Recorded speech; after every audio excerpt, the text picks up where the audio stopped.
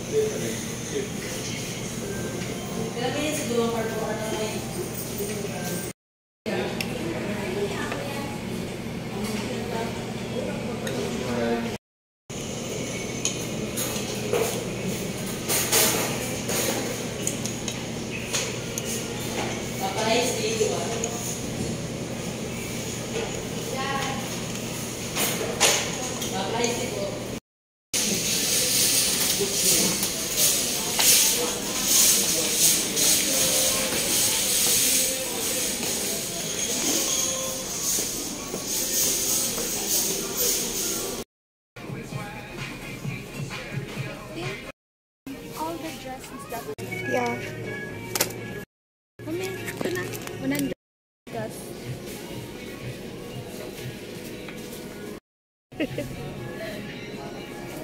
Oh, mas mura nga siya kasi 374 from this 320.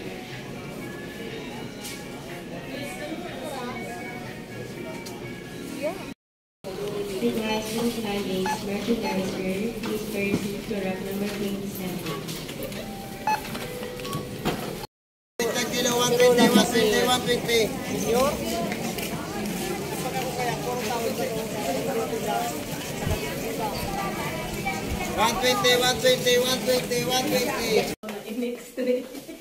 So ito guys, nakauwi na kami ni baby girl sa bahay. Kaya tingnan natin kung ano yung mga napamili namin kanina sa grocery. So ito, choco pie, dalawa. Gusto daw niya itong try. At saka itong matcha. Yan.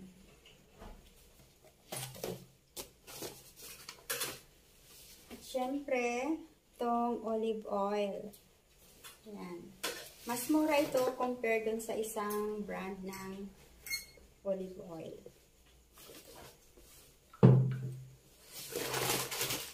Syempre, yung chocolate milk na bagay sa oatmeal. Napakasarap nitong nilagay sa oatmeal. At saka, syempre, palagi kaming ma-stock na paminta. Ayan. We are pepper girls.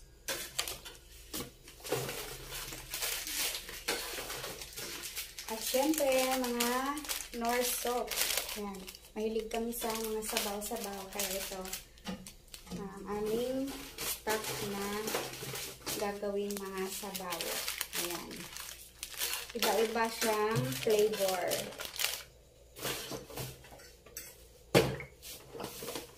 So, meron tayo ditong crab and corn. Ayan. At saka cream of mushroom. Dalawang cream of mushroom. Tsaka nido oriental style. So, napakasarap ng mga ito guys. Gawing sabaw. Ayan.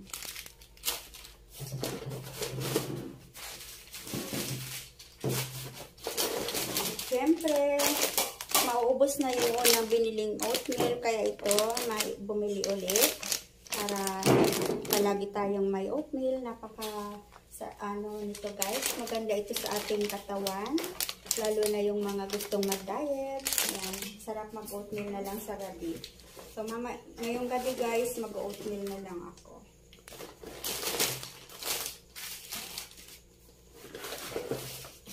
At syempre, bumili din ng aking baby girl ng organic rice. Para sa kanya talaga to. Gusto niya to. Kami hanggang white rice lang kami.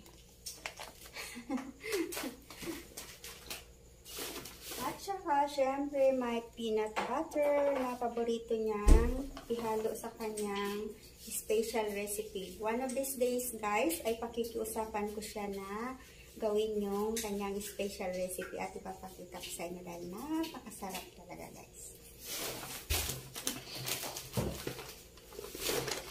At syempre, bumili din ako ng isang condensed canned milk para sa gagawin kong gulaman. Ayan, masarap kasi yung gulaman at saka very easy lang na dessert.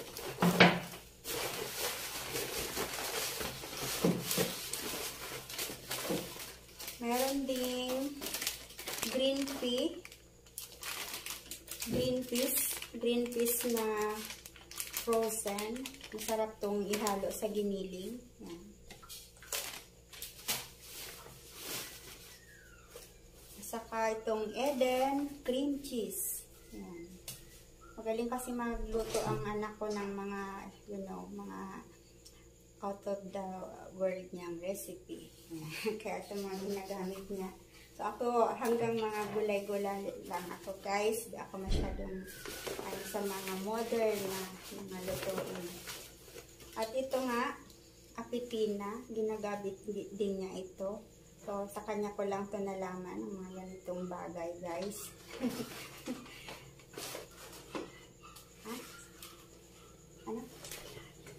Ano? Sorry guys. Binubulungan ako ng aking anak. Ayaw niya naman kasi magpakita sa video. Pero ginagamit niya to sa salad. Napakasarap nito sa salad. At napaka-sustansya talaga. Ayan, para na akong nag-model. Apetina, baka naman. So, ito muna guys. At syempre, dahil naubusan na ako ng aking pampa-beauty, binilihan din ako ng aking baby girl ng aking paboritong pampa-beauty. Ayan. Simple lang naman ako guys. Hanggang dito lang tsaka pulbo. Hindi ako masyadong nag-makeup. So, ito lang. So, 5 pieces yung binili ko. At syempre, pagaling namin sa grocery ay dumaan din kami sa night market. At ito naman yung mga nabili namin galing sa night market. Sa night market, parsley, yan. Kasi naubusan na ako ng tanim na parsley. Hindi pa ako nakakapagtanim ng bago. So ito, nakakita kami kanina sa night market kaya pumili na kami. So magluluto tayo guys ng ulam na may parsley. At syempre, dalawang pack na strawberry. Ayan, 100 pesos lang bawat pack. Ayan.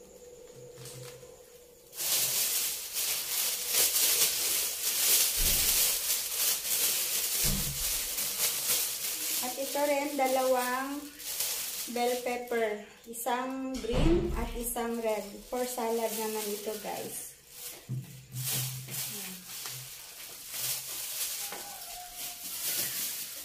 Nakabili rin tayo ng dalawang white onion. Ayan. Sa salad siguro ito gagamitin ni baby girl.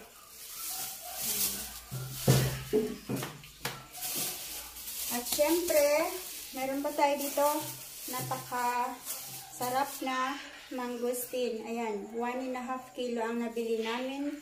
At 180 daw yung price nito pero natawad ko na 175. Ayan. Nakatawad tayo ng 5 pesos. Ayan. Masarap at masustansyang mangosteen.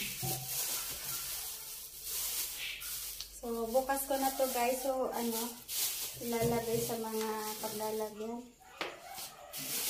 At meron din tayong water spinach. Ayan. Pagkano to bibi? 30. Oh, nagmahal na guys. Kahit kangkong nagmahal na rin. Dati 20 pesos lang ganito kadaming kangkong. Pero ngayon 30 pesos na. Talagang grabe ang ekonomiya guys. Ayan. Pero di bali fresh naman yung kangkong. At saka syempre may labanos tayo sa kasili. Yan. Kasi ang paborito niya ang aking anak na isahog sa sinigang na bangus. Ayan. At syempre, may carrots tayo. Ayan. 4 na carrots. So, yan ang mga napamili namin guys sa night market. Maraming salamat sa panonood ninyo at kumusta na lang po sa inyong lahat. Sana po ay nasa mabuti kayong kalagayan. Thank you. Bye.